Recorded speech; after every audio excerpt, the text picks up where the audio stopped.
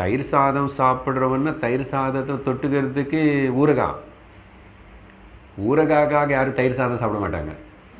Exception case யாராவது இருந்து இருக்கலாம்.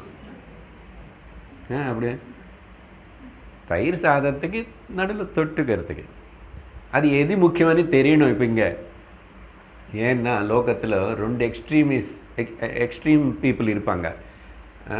2 எக்ஸ்ட்ரீம்ஸ். என்னன்னா சில பேர் கர்மயோகமே போதும், நான் நல்லா இருக்கேன், நான் நல்ல மனிதன், நான் கோவிலுக்கு போவேன், நான் 10 ரூபாய் தானம் கொடுப்பேன், யாரும் எதுவுமே சொல்ல மாட்டேன், இப்படியெல்லாம் பண்ணுவேன், பண்டுக்கு கொண்டாடுவேன், நித்திய கர்மம் அதெல்லாம் பண்ணுவேன், இதெல்லாம் செய்கிறத கர்மா.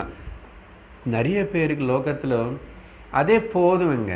ஒரு நாளைக்கு ஃப்ளாஷ் மாதிரி ஞானம் வரும்